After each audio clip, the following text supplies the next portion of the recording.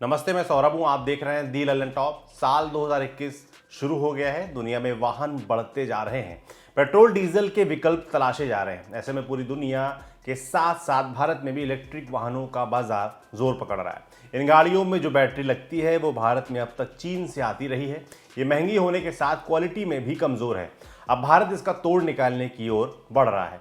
इस खबर में हम आपको बताएंगे कि भारत के ऐसी धोबी पछाड़नाओं के बारे में और उस बैटरी के बारे में जो आने वाले वक्त में शायद हर कार और बाइक की जान होगी। सबसे पहले बात इलेक्ट्रिक वाहनों की। सीधी सी बात है, ये पेट्रोल या डीजल से नहीं चलते बल्कि बैटरी से चलते हैं। ये बैटरी बिजली से चार्ज होती है।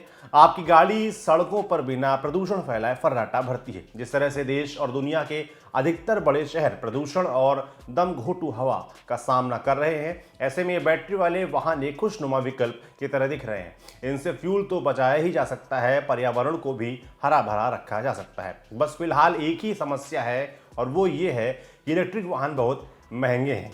आप भी अगर पिछले कुछ समय में स्कूटी, बाइक या कार लेने शोरूम पर गए होंगे तो जान गए होंगे कि बैटरी वाले वाहन पेट्रोल डीजल वाहनों की तुलना में कासे महंगे हैं। इसकी वजह बताते हुए ऑटोमोबाइल एक्सपर्ट विकास योगी कहते हैं, ये तकनीक रेगुलर इंजन से महंगी है क्योंकि लिथियम आयन बैटरी के सेल बहुत महंगे होते हैं। दुनिया में केवल 4 या 5 मैन्युफैक्चरर इन्हें बनाते हैं। भारत में तो ये बनते ही नहीं है। मेड इन इंडिया इलेक्ट्रिक कारों में भी इन्हें इंपोर्ट करना पड़ता है। लिथियम आयन बैटरी और इसकी मोटर बहुत महंगी है।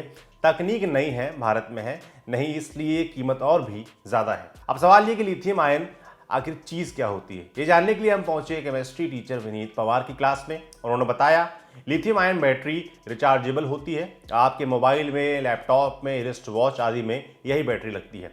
आर्मी और अंतरिक्ष अनुसंधानों में भी यही इस्तेमाल हो रही है। 118 एलिमेंट होते हैं टेबल में। लिथियम का एटॉमिक नंबर है 3। इसमें 3 इलेक्ट्रॉन और 3 प्रोटॉन होते हैं। इस कारण इसका मास सबसे कम होता है। इसका इलेक्ट्रोकेमिकल पोटेंशियल भी सबसे अधिक होता है। इलेक्ट्रॉनिक कॉन्फ़िगरेशन के हिसाब से समझें तो ये एक इलेक्ट्रॉन लूज करता है। इस प्रक्रिया में ये लिथियम प्लस बनेगा।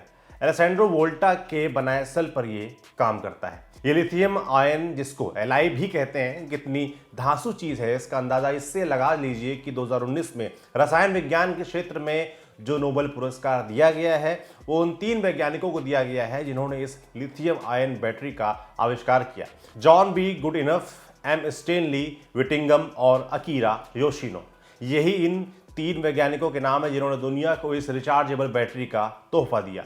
अमेरिका, ब्रिटेन और जापान के इन वैज्ञानिकों ने 1970-80 के दशक में ये शोध शुरू किया था। ऐसा माना जा रहा है कि ये बैटरी फॉसिल फ्यूल यानी जीवाश्म ईंधन पर इंसान की निर्भरता को काफ़ी हद तक कम कर सकती है। इंसानी निर्भरता से याद आया कि भारत भी इन बैटरियों के मामले में चीन पर निर्भर रहा है। भारत में दिनों दिन इस लिथियम की मांग बढ़ रही है और उन तत्वों की भी जिनका होना बैटरी के लिए ज़रूरी है, जैसे कोबाल्ट, मैग्नीज और निकेल। अब यहीं चीन का खेल शुरू होता है। दुनिया में ये तत्व चुनिंदा जगहों पर पाए जाते हैं। चीन को जहां जहां इन तत्वों के भंडार के बारे में पता चला, उसने कब्जा शुरू कर दिया। समाचार एजेंसी रॉयटर्स की छपी एक रिपोर्ट के मुताबिक दुनिया के करीब आधे लिथियम पर सीधे और अप्रत्यक्ष तौर पर चीन ने कब्जा कर लिया है। बोलीविया से लेकर चिली तक चीन ने लिथियम के बिजनेस पर अधिकार का प्रयास किया है। अब ये समझिए कि साल 2040 तक दुनिया की आधे से अधिक गाड़ियां इसी बैटरी पर चलने वाली हैं। चीन पूरी दुनिया को इसकी सप्लाई देने के लिए बेताब है। फोर्ब्स की एक रिपोर्ट के मुताबिक चीन इस मामले में नंबर 1 है। आगे भी नंबर 1 बने रहने की संभावना है। लेकिन अब यहां चीन के इस ग्रेट गेम में भारत खलल डालता दिखने वाला है। साल 2019 में भारत सरकार ने खनिज विदेश इंडिया लिमिटेड यानी काबिल का प्लान बनाया। दरअसल सरकार ने इस बात को समझा कि ये खनिज देश के लिए जरूरी है और चीन से इनको खरीदना काफी महंगा पड़ रहा है। इसके लिए सार्वजनिक क्षेत्र के 3 केंद्रीय प्रतिष्ठान, राष्ट्रीय aluminium company limited NALCO, Hindustan copper limited HCL और इसके अलावा मिनरल एक्सप्लोरेशन कंपनी लिमिटेड यानी कि एमईसीएल की भागीदारी से बनाई गई खनिज विदेश इंडिया लिमिटेड यानी कि काबिल। काबिल का काम है दुनिया भर में उन खनिजों को तलाशना जिनकी भारत को जरूरत है। 2 फायदे होंगे।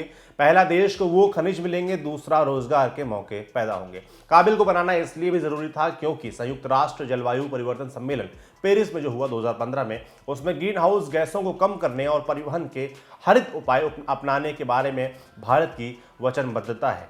इसी के तहत इलेक्ट्रॉनिक वाहन मोबिलिटी पर अधिक जोर देना होगा। यानी भारत को काबिल चाहिए ही था। आपको पता है जापान में काफ़ी पहले ही इलेक्ट्रिक गाड़ियां बना ली गई थी, लेकिन बैटरी के मामले में वो भी चीन पर निर्भर था, लिहाजा मात खा गया। भारत ये गलती नहीं करना चाहता। यही कारण है कि ये बैटरी अपने देश में ही बनाने की ओर कदम बढ़ाए जा रहे हैं। इस बीच भारत के हाथ एक बड़ा खजाना लग भी गया है। कर्नाटक के एक शहर मांड्या में भारत को लिथियम का बड़ा भंडार मिला है।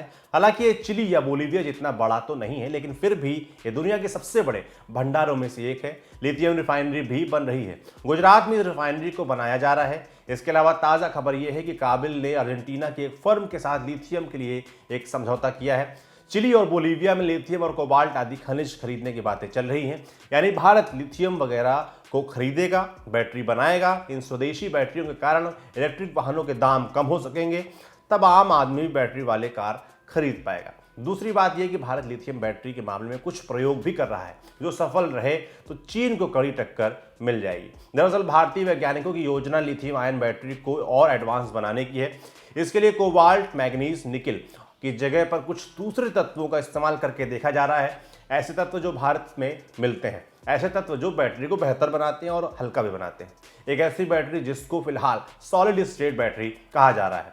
अगर भारत का ये चीन को धोबी पछाड़ देने वाला प्लान कामयाब रहा तो भारत इस ग्रेट गेम में तगड़ा दावेदार बन जाएगा। हालांकि जापान से लेकर अमेरिका तक तमाम देश लगातार इस क्षेत्र में काम कर रहे हैं और भविष्य के ईंधन पर सबकी नजर है। आपके लिए जानकारी लाए थे हमारे साथी वरुण। देखते रहिए दी लल्लन टॉप।